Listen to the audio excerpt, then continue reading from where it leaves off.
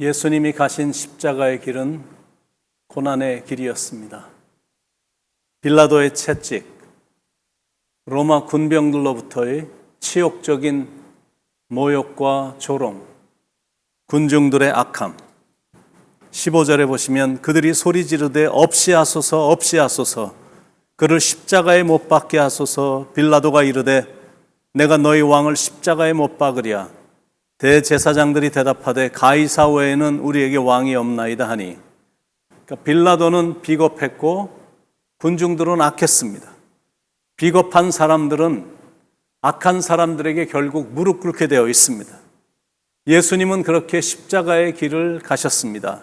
17절에 그들이 예수를 맡음에 예수께서 자기 십자가를 지시고 해골, 히브리 말로 골고다이라 하는 곳에 나가시니 거기서 고통스럽게 못 박히셨습니다. 18절에 그들이 거기서 예수를 십자가에 못 박을새 다른 두 사람도 그와 함께 좌우편에 못 박으니 예수는 가운데 있더라.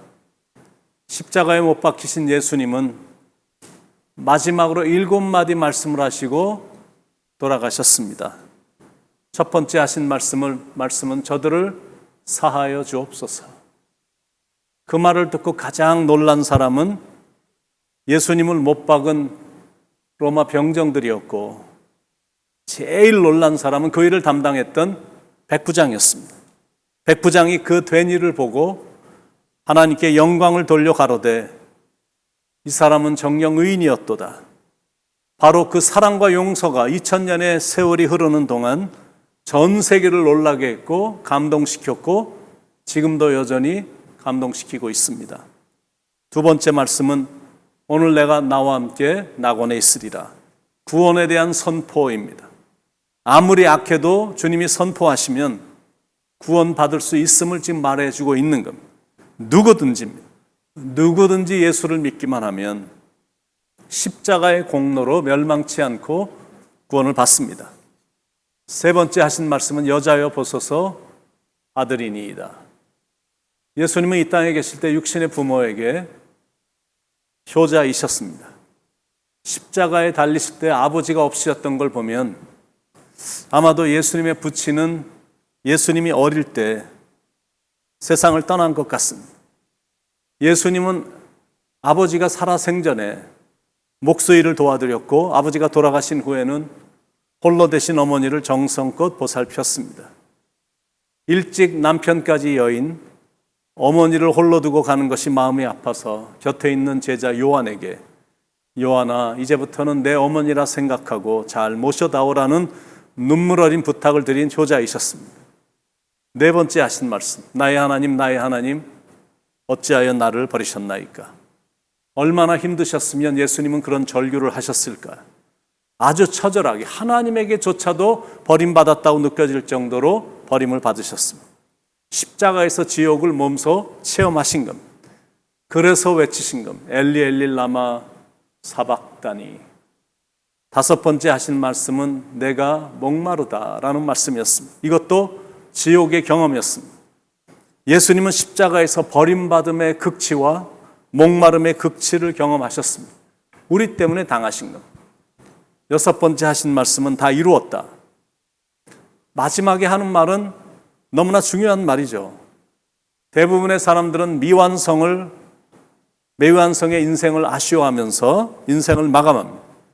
그런데 예수님의 십자가에서의 그 외침의 말씀은 다 끝났다. It is over이 아니라 다 이루었답니다. It is finished. It is accomplished. 다 성취했다라는 것. 인생을 완성하신 승리의 외침이셨습니다. 바로 그 한마디 때문에 우리가 은혜를 입게 된 거고 십자가의 구속의 사건을 믿음으로 우리가 구원을 받게 된 겁니다. 그래서 우리의 많은 죄에도 불구하고 아무도 우리를 정죄하지 못하는 것. 마지막으로 하신 말씀은 내 영혼을 아버지 손에 부탁하나이다 말씀이었습니다.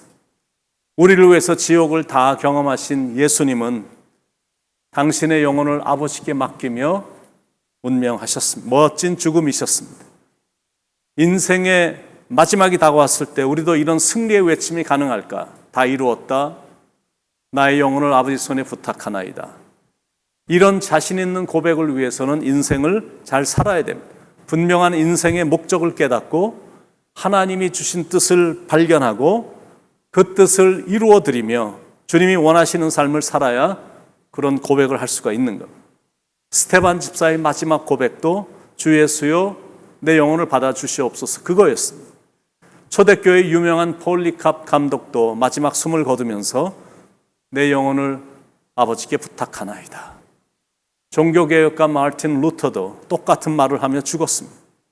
철로 역정을 지은 존 버년도 아버지여 내 영혼을 아버지 손에 부탁하나이다 이런 말씀을 했고, 무디 목사님도 열려진 하늘을 보면서 영혼을 아버지의 손에 맡기고 기쁨으로 죽음을 맞이했습니다. 육체보다 영혼이 더 중요하다라는 교훈입니다. 그 이유는 육체는 잠시고 영혼은 영원하기 때문입니다. 동시에 우리의 삶의 궁극적인 목표가 영혼이 아버지께로 가는 데 있기 때문에 영혼은 중요한 겁니다. 그래서 우리의 남은 삶도 육체의 즐거움을 추구하는 삶이 아닌 영혼의 즐거움을 추구하며 살아야 됩니다. 잠시의 즐거움을 위해서 한 번밖에 주어지지 않는 나의 인생을 투자하는 것이 아니라 영생을 위해 삶을 투자하며 살아야 된다는 겁니다. 그리고 언젠가 우리도 예수님이 하신 그 고백을 자신 있게 하기 위해 지금부터 잘 살아야 됩니다. 사람답게, 하나님의 자녀답게, 하늘을 우러러 한 줌 부끄러움이 없는 삶을 위해서 낮아지고 희생하며 그날에 받을 면류관을 바라보면서 십자가의 삶을 살아야 되는 겁니다. 그것이 내 영혼을 귀중히 여기는 삶이고 마지막에 웃을 수 있는 승리자의 삶인 것입니다. 짐 엘리아트라는 청년이 정말 잘생겼고 매력적이고 또 레슬링 챔피언이기도 해서 문여인들의 신앙의 대상이었고 또 참 사모했던 그런 청년이었습니다. 신앙이 좋은 여인과 이제 결혼을 했는데 결혼 후 얼마 되지 않아 남미 인디안 부족에게 선교하러 갔다가 그만 죽임을 당했습니다. 짐은 호신용 권총을 손에 쥐고 있었지만 그 권총을 사용하지 않은 채 순교한 겁니다. 짐이 죽은 소식이 그의 부인 엘리자베스에 전해졌는데 그녀는 남편의 죽음에 의외로 담담했습니다. 선하신 하나님이 하신 일이라는 믿음을 갖고 있었고 하나님을 멋있게 따라가고자 늘 노력했던 남편이 가장 원하던 길이었다는 사실을 알았기에 평안을 잃지 않았던 겁니다. 수많은 젊은 학생들이 모인 집회의 강사로 초대가 돼서 말씀을 전할 기회가 주어졌을 때 엘리자베스는 젊은이들에게 이렇게 권고를 했습니다.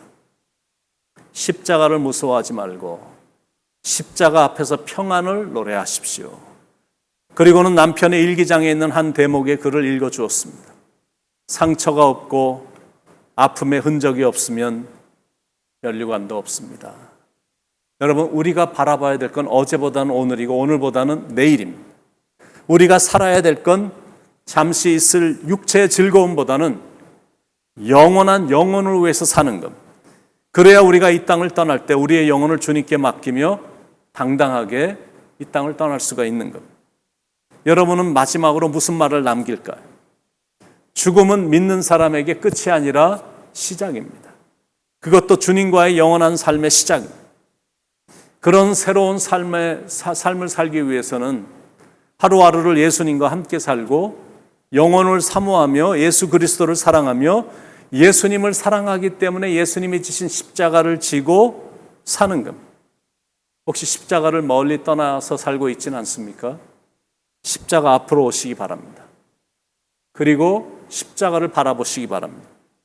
그리고 그 안에 담겨있는 나를 향한, 여러분을 향한 하나님의 사랑을 느껴보시기 바랍니다. 기도하겠습니다.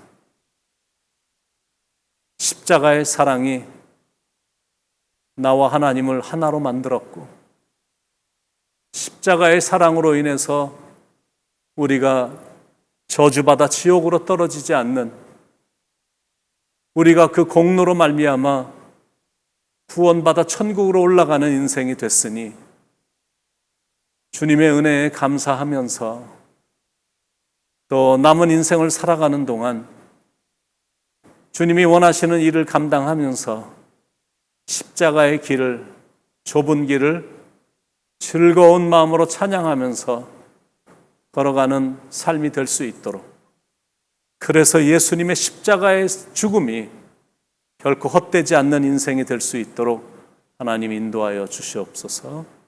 오늘도 말씀해 주셔서 감사합니다. 주님의 은혜, 주님의 사랑 감사합니다. 예수님의 이름으로 간절히 기도드립니다. 아멘.